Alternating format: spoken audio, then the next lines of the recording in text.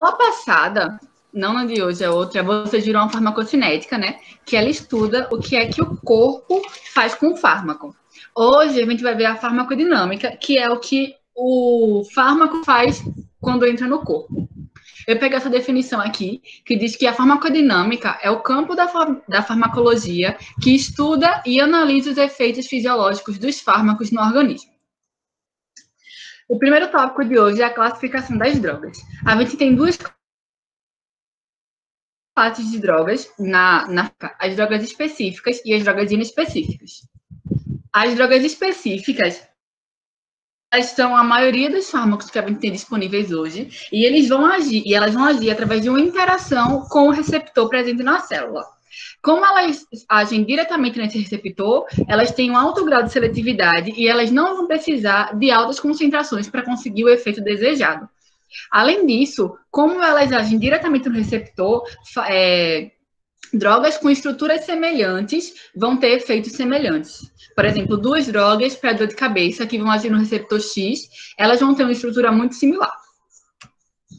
Já as drogas inespecíficas, elas vão, o efeito delas é através de uma alteração na propriedade físico-química.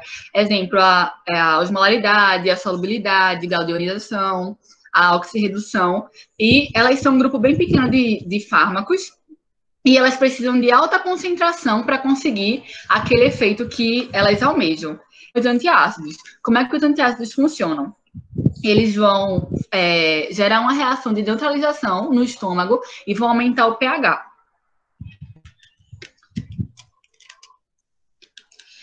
Os receptores. Esse caro Arens, ele definiu receptores como uma macromolécula ou parte dela capaz de reconhecer uma substância química e codificar o sinal gerado pela ligação dessa substância.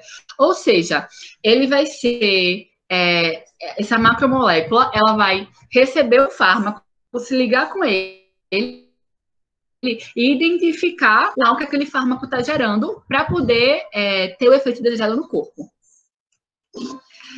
Como eu já falei, eles vão ter uma ligação, né? Essa ligação é uma ligação química, que a gente estuda lá no ensino médio, e a gente tem esses 5 tipos. A força de Van der Waals, dipolo-dipolo, ponte de hidrogênio, iônica e covalente. A primeira, ela é extremamente fraca, e a última, que é a covalente, ela é irreversível. Como é que a gente escolhe qual tipo de ligação vai ser melhor para a gente ter nesse fármaco? Depende da nossa intenção, de que tipo de fármaco é aquele. Por exemplo, um antibiótico. O antibiótico, ele tem que ter uma ação muito regrada, muito certinha, para a gente conseguir que o processo de eliminação daqueles micro-organismos, ele seja satisfatório e a gente tenha um resultado final bom. Tanto que, tipo, antibiótico, você tem que tomar naquele horário X certinho, senão vai atrapalhar todo o processo de eliminação daqueles micro-organismos.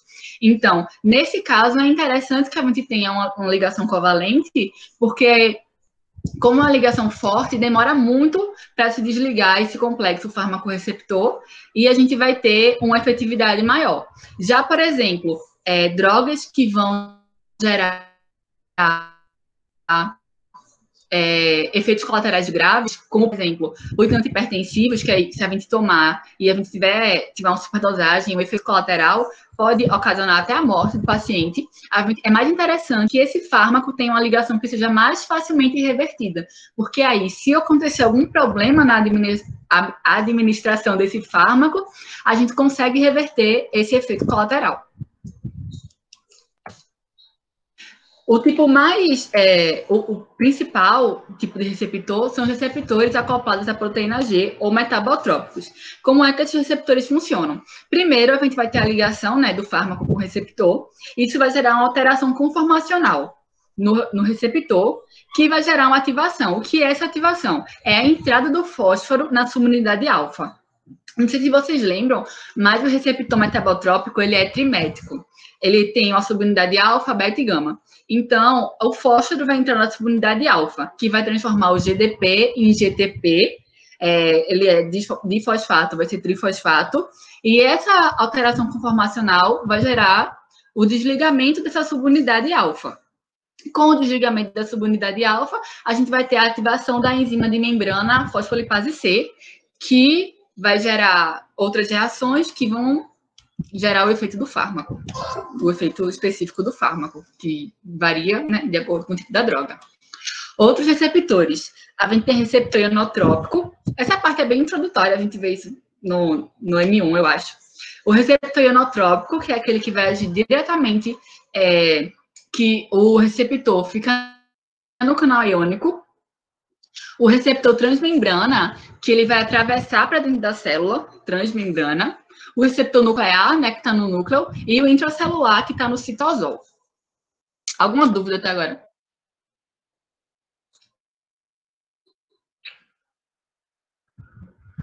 Tá bom, eu vou continuar.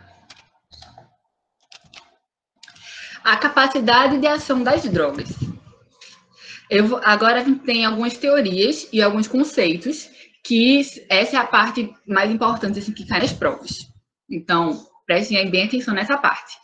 A teoria dos receptores. Quem criou essa teoria foi esse cara chamado Clark, em 1933. Ela diz o quê? Que a magnitude do efeito da droga é diretamente proporcional à concentração de receptores ocupados.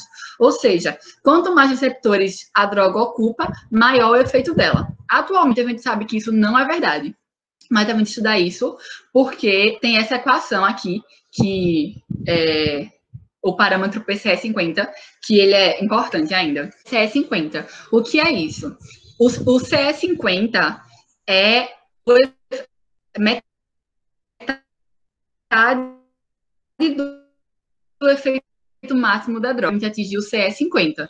E quando a gente tem esse CE50, quando a droga atinge a metade do efeito máximo, a gente sabe que KD é a constante de dissociação. Ela mede a afinidade da droga. Então, a gente sabe que quando o fármaco atinge a metade da concentração, a afinidade dessa droga, a magnitude do efeito é igual à concentração da droga, que é exatamente o que a gente falou no que quer dizer calma. O conceito da teoria dos receptores, né? Que a magnitude do efeito é diretamente proporcional à concentração. E através desse conceito do CE50, de quando tem CE50, o KD é igual à concentração, a gente criou o parâmetro PCE50, que diz que o negativo do log do valor, que é o negativo do log do CE50. Tem que saber logaritmo? Não tem. Você tem que saber só identificar.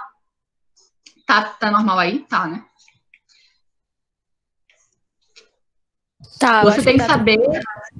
Tá bom. Tem que saber interpretar isso. Porque, por exemplo, quando o PCE50, por exemplo, o fármaco X tem PCE50 igual a 10 elevado a menos 5 molar. E o fármaco Y tem o PCE50 igual a 10 elevado a menos 3. Como a gente sabe que quando a gente tem um negativo, o valor maior é menor e o valor menor é maior. Então, o fármaco X, com 10 elevado a menos 5, consegue atingir metade do efeito máximo. O fármaco Y, que tem uma estrutura semelhante, só consegue atingir esse mesmo efeito de X com 10 elevado a menos 3. É uma diferença aí de 100 vezes a concentração. Então, se X com 100 vezes menos consegue atingir o mesmo efeito de Y, a gente sabe que X vai ser mais potente do que Y. Vocês entenderam isso? É muito importante. Respondam, por favor. Alguém tem alguma dúvida? Quer que eu explique de novo? Tá bom. Se ninguém falar, eu vou continuar, tá bom? Ok. Pronto. X, 10 elevado a menos 5, Y, 10 elevado a menos 3. X é menor que Y, mas consegue... Aí, outro cara, o Arens é aquele mesmo lá dos receptores. Ele falou o quê? Que a medida da capacidade da droga de produzir um efeito... Ele postulou a atividade intrínseca, que é a medida da capacidade da droga em produzir um efeito quando ele está ligado ao receptor. Tipo, quanto efeito essa droga consegue produzir.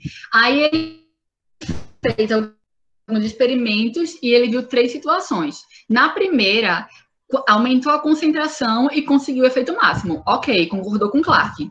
Mas na segunda, ele aumentou a concentração, mas ele não teve efeito máximo. O efeito aumentou, mas não atingiu 100%.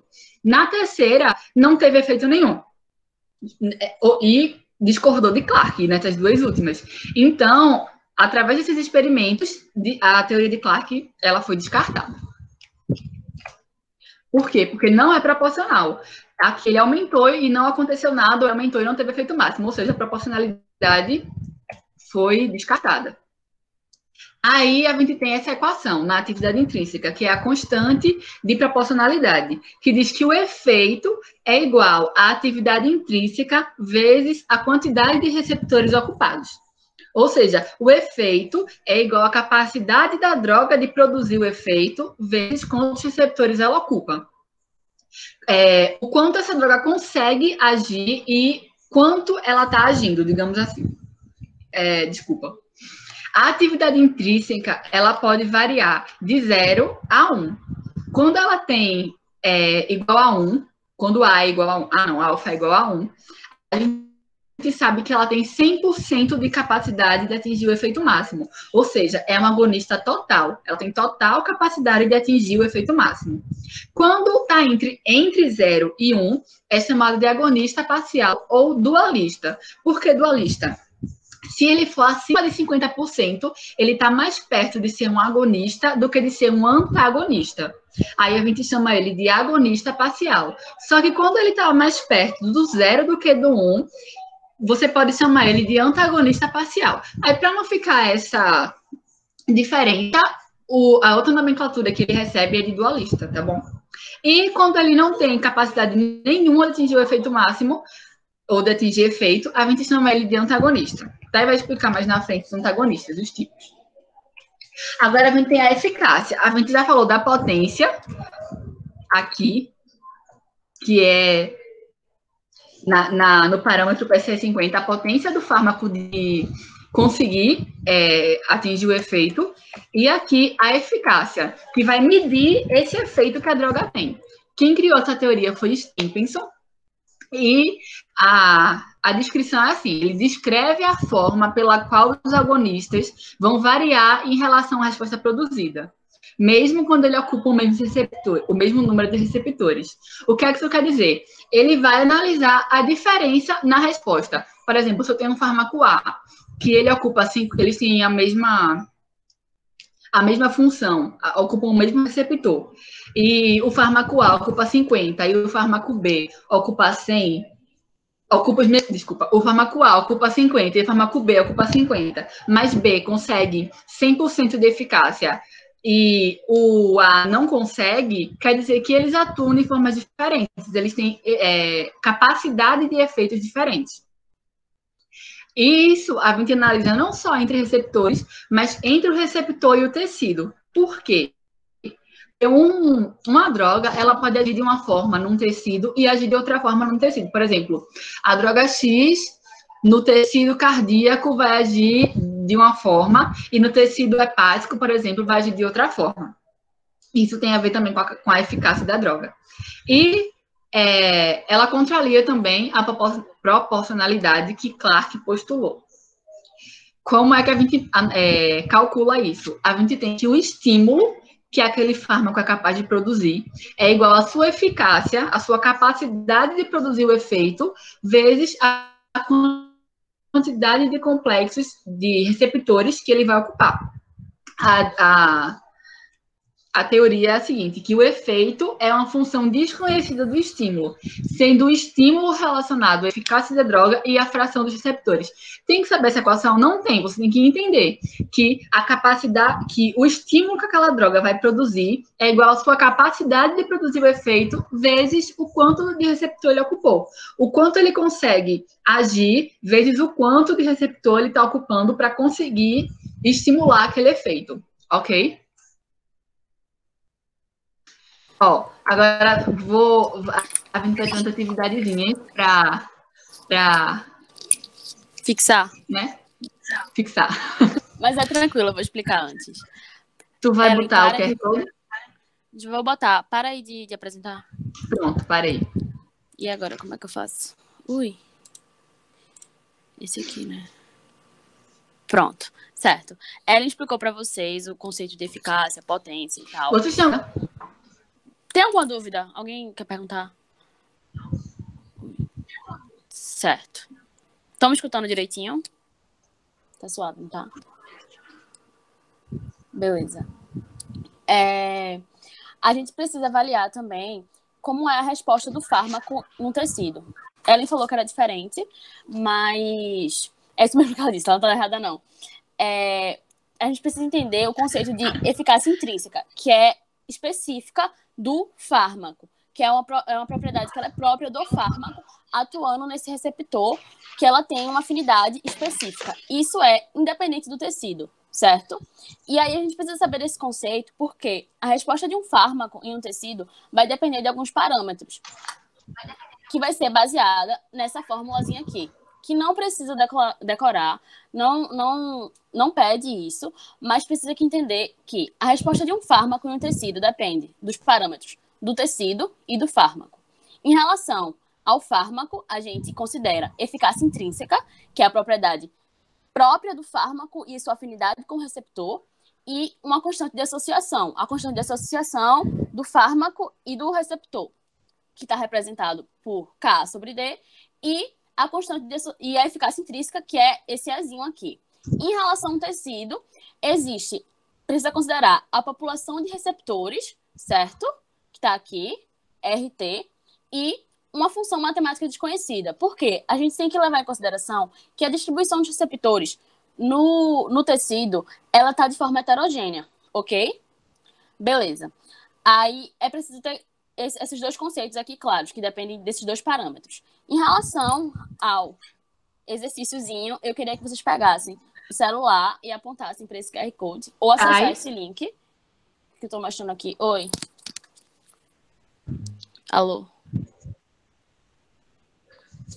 Eu vou mandar o link no grupo. Ou senão, Ellen, tu pode mandar, por favor? Alô, Ellen. Tá, bora lá. Apontem aí para esse QR Code ou acessem esse link, que eu vou fazer uma perguntinha em relação à potência e eficácia. Como Ellen já disse... Cadê? Vai aparecer isso aqui para vocês. Tá aparecendo? Ah, vou mandar o link. Peraí.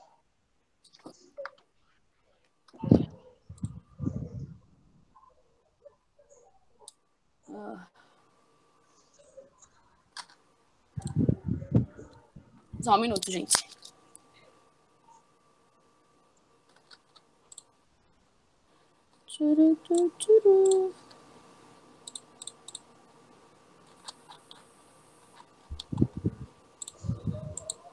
Copiar.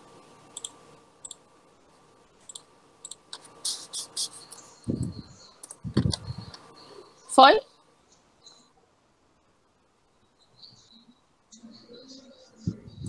Pronto.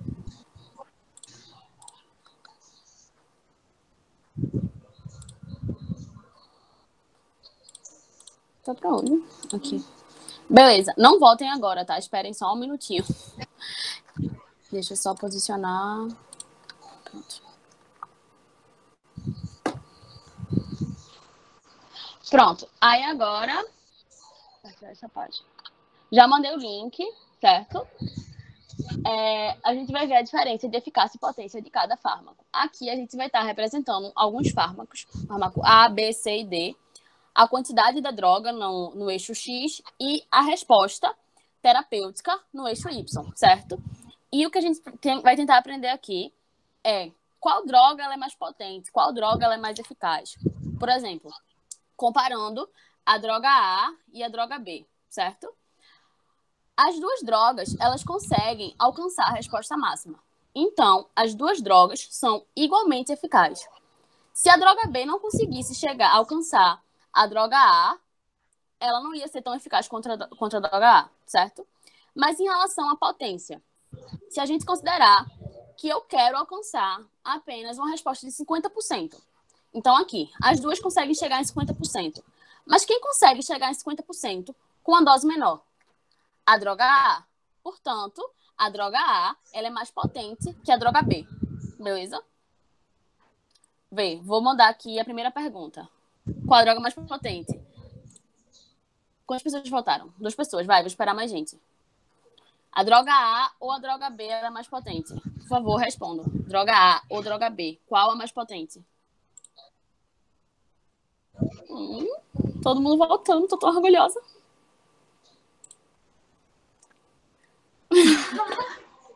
Tá funcionando, primeira vez que eu uso isso, minha gente. Chique, né?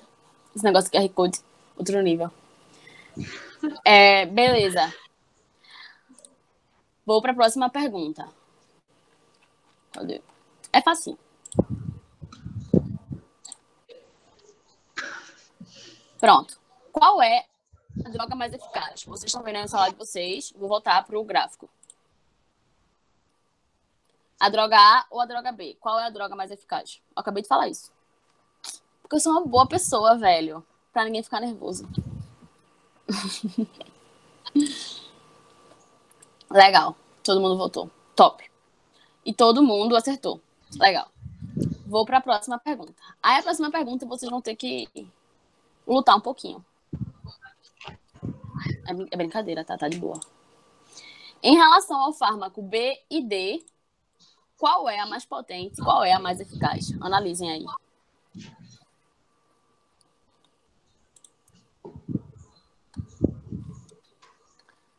É o fármaco B e o fármaco D.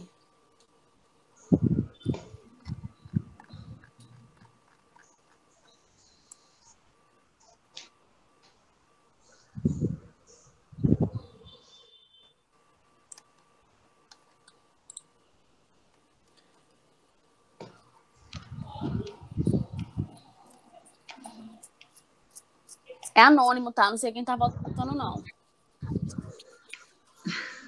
Bora, faltam mais 2 votinhos e eu fecho, explico.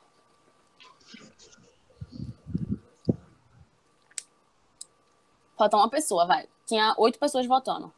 Ai, que perfeito. Beleza. Compartilhar essa guia. 3 pessoas votaram que a droga B é mais potente e menos eficaz. E 3 pessoas votaram que a droga B é menos potente e mais eficaz. Como é que a gente vai analisar isso aqui? Compartilhar essa guia. Beleza. Em relação à droga B e D. Vamos ver primeiro a eficácia. Eficácia é para você resposta terapêutica. Não importa a quantidade que eu tenho que administrar. Então, a gente consegue ver que só o B, a droga B, consegue atingir o máximo de eficácia. Então, a droga B ela é mais eficaz que a droga D, certo? E em relação à potência, vou considerar que eu quero ter só uma resposta de 50% da resposta terapêutica. Então, aqui. Não só a droga B, mas a droga D também consegue ter 50% da resposta. Sendo que a droga D, ela consegue isso com a dose menor. Então, a droga D, ela é mais potente que a droga B, mas não tão eficaz como ela. Então, a resposta seria que a droga B é menos potente e mais eficaz que a droga D. Que, no caso, a resposta seria o azulzinho, a letra C. Beleza, ficou claro isso? Tá todo mundo entendendo? Posso seguir? Vocês entenderam? Sobre essa diferença de o que é mais eficaz, o que é mais potente. Repita. Top. Se não falou nada, eu vou seguir. Se alguém tiver alguma dúvida, pode falar no privado, perguntar depois que eu explico de novo. Beleza. Modelo dos 2 estados. Tá aí uma coisa que o professor... Obrigada, valeu, gente. Que o professor gosta, que é essa questão do modelo dos 2 estados, que é em relação aos receptores. Ele é um modelo que ele pressupõe que os receptores eles estão em estado de equilíbrio dinâmico, certo? Então, ele está envolvendo 2 conformações. A conformação que ele está no estado inativado, ou seja, fechado, e no estado ativado. E assim, embora a gente está acostumado a pensar que os receptores são ativados apenas quando tem um ligante, quando tem um agonista ligado, tem exemplos que pode ocorrer que os receptores eles têm uma atividade mínima, estimulando a célula, mesmo sem ter nenhum ligante. Mas, quando não tem nenhum ligante, o equilíbrio está mais deslocado para o lado esquerdo. Isso, para o lado inativado. Ok? Por exemplo, receptores para benzodiazepínicos, receptores para serotonina, eles estão ativados mesmo quando não tem nenhum ligante. Mas, como vou explicar isso aqui mais para vocês? Vê, aqui está mostrando o mesmo receptor em vários estados de equilíbrio. Nesse daqui, no receptor C, é a forma constitutiva dele. Ele está produzindo um estímulo na célula de 10 elevado a 2 AMP cíclico, certo? E aí, esse é o estado constitutivo dele. Se eu estimular esse receptor, se eu colocar um agonista parcial, ele vai deslocar esses receptores para um lado mais ativado. Por exemplo, um receptor ativado parcialmente, que é esse RA asterisco, que vai estar produzindo 10 elevado a terceira, a 3, AMP cíclico. E se eu colocar um agonista total, ele vai trazer a conformação de receptores para uma forma totalmente ativada. E aí, qual a diferença de um antagonista e um agonista inverso? O antagonista, para deixar bem claro, ele se liga de forma sem preferência. Ele não tem preferência por um receptor ativado ou um receptor inativado. Ele simplesmente se liga e ele mantém a atividade daquele receptor na forma constitutiva, certo?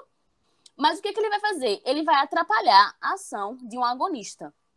Ao mesmo tempo que, se eu tiver um agonista inverso, esse sim vai deslocar o equilíbrio mais ainda para a esquerda, diminuindo a produção de AMP cíclico. Ok? Tá de boa? Beleza. Mais exemplos. Por exemplo, aqui eu tenho um estado de repouso que não tem a presença de nenhum ligante. O equilíbrio vai favorecer o estado de repouso aqui, certo? Mas ainda assim pode ter alguns receptores que estão ativados. Quando eu tenho a presença de um agonista total, ele vai ter uma forte preferência pelo receptor ativado, desviando o equilíbrio para a direita. Quando eu tenho um agonista parcial, ele tem uma preferência fraca pelo agonista, pelo receptor ativado. Mas ele vai estar lá ativando, vai ser melhor do que se não tivesse nenhum agonista, nenhum ligante. E se eu tenho um antagonista, não vai ter nenhuma preferência, não vai ter desvio de equilíbrio, mas vai prender aquele receptor naquela atividade base, certo? Tudo ok? Tudo suave? Beleza. Aí aqui só um conceitozinho, que é a idiosincrasia, que ocorre em pacientes susceptíveis, certo? Que é um efeito diferente de quando você administra um fármaco. Geralmente é uma coisa hereditária, pode ser, por exemplo, ele provoca uma sensibilidade diferenciada a certos fármacos e está relacionado a não tem nenhuma exposição anterior, é simplesmente como se fosse uma alergia, certo? É só um conceito que a gente tem que ter, beleza?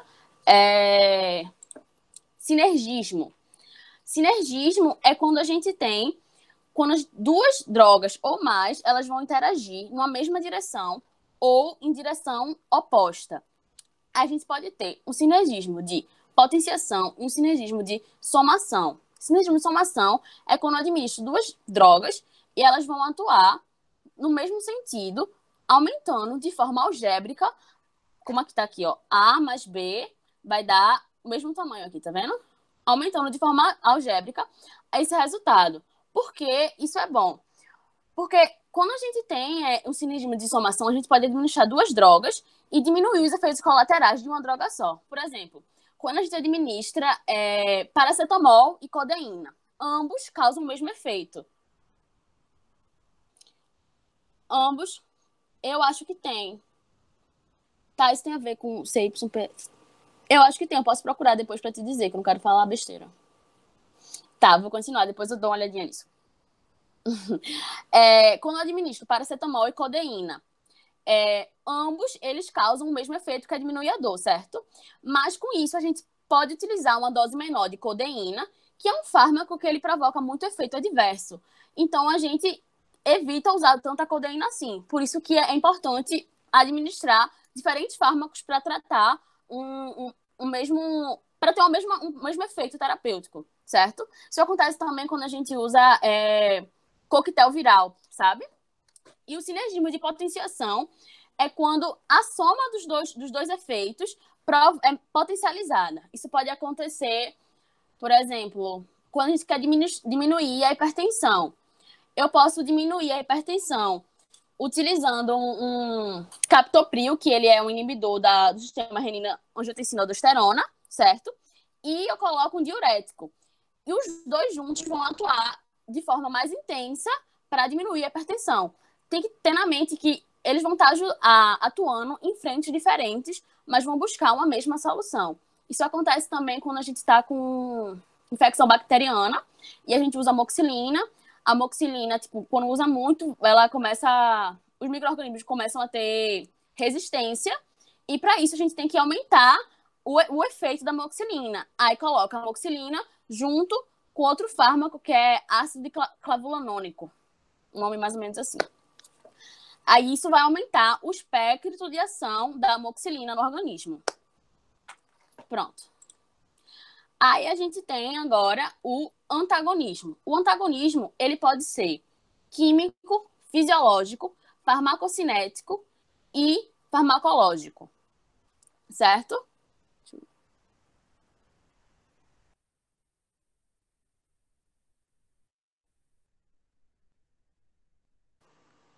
Certo. Foi mal. Foi só um bugzinho aqui de celular. O antagonismo químico, ele não vai estar relacionado com o receptor. Ele vai estar agindo na molécula. Como é que isso acontece? Por exemplo, quando eu tenho intoxicação por metal pesado, o que é que se administra geralmente? Um dimercaprol. O que é que você vai fazer? Ele vai se ligar ao metal pesado, formando um complexo que vai deixar esse metal pesado mais solúvel e, com isso, vai ser metabolizado de forma mais fácil e eliminado também. Isso é um tipo de antagonismo químico. A gente pode ter um antagonismo fisiológico, que a gente vai estar atuando em duas frentes opostas. Por exemplo, quando eu tenho asma, aí eu vou ter prostaglandina atuando no meu brônquio. E isso vai causar broncoconstricção. Essa prostaglandina está atuando no seu próprio receptor. E o que é que eu vou fazer? Eu administro outro fármaco como o salbutamol. O salbutamol vai estar agindo em outro receptor, que é o beta-2 adrenérgico. E isso vai provocar broncodilatação. Então, é um antagonismo fisiológico. São duas frentes diferentes com o objetivo de antagonizar, de abolir o efeito do outro. Quando a gente tem um antagonismo farmacocinético. O antagonismo farmacocinético, ele está mais relacionado ao que vocês viram na aula passada, que é quando uma droga, ela interfere nas características farmacocinéticas da outra, podendo ser aumentando ou diminuindo a metabolização e a absorção e a distribuição do outro fármaco. Por exemplo, quando a pessoa ingere um anticoncepcional oral, que vai ser absorvido. Mas aí, ao mesmo tempo, eu tive infecção bacteriana, tomei um antibiótico. Esse antibiótico irritou minha mucosa gástrica e eu vomitei. Então, quando eu vomitei ou tive alguma diarreia, isso dificultou a absorção do meu anticoncepcional. Um exemplo de antagonismo farmacocinético. Beleza? Já o antagonismo farmacológico, ele pode ser de dois tipos. Ele pode ser do tipo competitivo e do tipo não competitivo. Só para explicar, aqui tem essa imagenzinha, certo? Que está exemplificando com um enzima. Mas isso pode acontecer, vai acontecer no geral, no receptor, que é o mesmo estilo, o mesmo esquema. Que a gente tem o sítio ativo, que vai ter o substrato, que vai provocar uma ação. Não necessariamente esses produtos aqui, foi só para ilustrar. Qual a diferença de um antagonismo competitivo e um antagonismo não competitivo? O competitivo, eles vão estar disputando o mesmo sítio ativo, o mesmo sítio no receptor. Já o antagonismo não competitivo, o antagonista ele vai ter um sítio alostérico só para ele. Perfeito, lá, só para ele. E o que é que isso vai mudar na administração do fármaco? O que é que isso vai mudar no efeito? No competitivo, é muito importante levar em consideração a afinidade e a concentração. Por quê? Quanto maior a afinidade do antagonista, mais ele se liga ao receptor e mais dificulta o receptor, o fármaco de se ligar ao receptor e provocar um estímulo, certo? Isso também vai ser influenciado pela concentração. Aí, eita, que bug. Pronto. No antagonismo competitivo, a gente botei aqui um exemplo. Na administração da adrenalina e da adrenalina com a prazosina. A prazosina é um antagonista competitivo da adrenalina. Então, quando a gente administra a adrenalina, ela consegue ser aqui, ó, 100% eficaz. Isso aqui é contração, não é concentração, não. Ela vai ser totalmente eficaz, certo? Quando eu administro, junto com a adrenalina, a prazosina, que é seu antagonista competitivo, ela vai estar ocupando o mesmo sítio que a adrenalina. E as duas têm afinidade muito semelhantes. Então, para eu poder vencer a atuação da prazosina, eu vou ter que administrar mais adrenalina. Nisso, se vocês verem aqui, a eficácia é a mesma, mas a potência da adrenalina não é mais a mesma. Eu tenho que administrar mais adrenalina para ela poder ser eficaz, certo? Já no antagonismo não competitivo, o que vai ser alterado aqui é a eficácia, porque elas não disputam pelo mesmo sítio. Já que elas não disputam pelo mesmo sítio, as duas podem estar ligadas lá, e sempre que o antagonista estiver ligado, a droga, o fármaco não vai conseguir agir, não vai conseguir estimular. Então, não importa o quanto eu aumente a concentração, ainda assim ela não vai chegar na eficácia desejada. Então, se vocês perceberem a diferença entre um gráfico e outro, é que... Tô apontando com o dedo. Entre um gráfico e outro, é que na segunda situação, a eficácia ela é perdida, certo? Mas não a potência. Na primeira situação, a potência ela é perdida, mas a eficácia ela é a mesma, ok? Só vai precisar de mais dose. Todo mundo entendeu esse pedacinho? Tá suave? Beleza. Aí a gente vai... Vamos...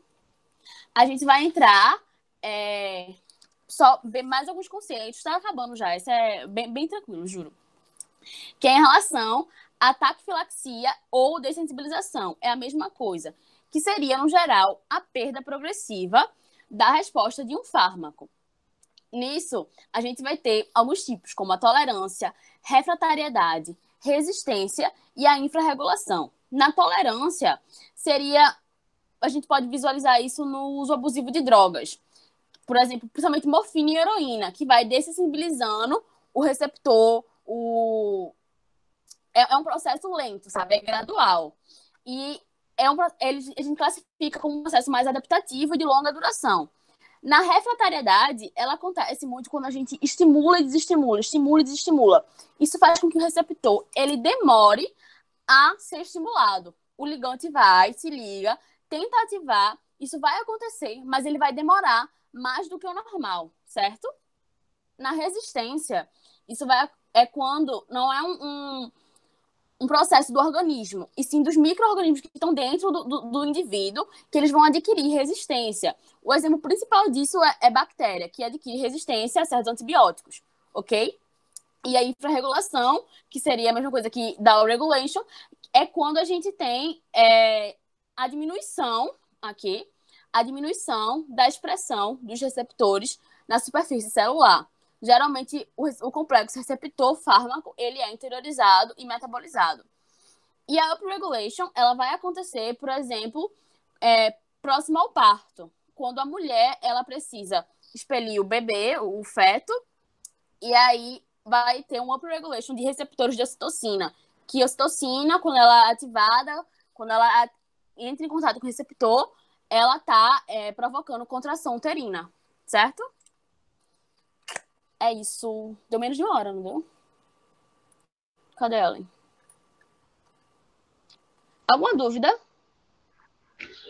Tô aqui. Gente, olha, se a gente Pode, falou Caia. besteira, desculpa.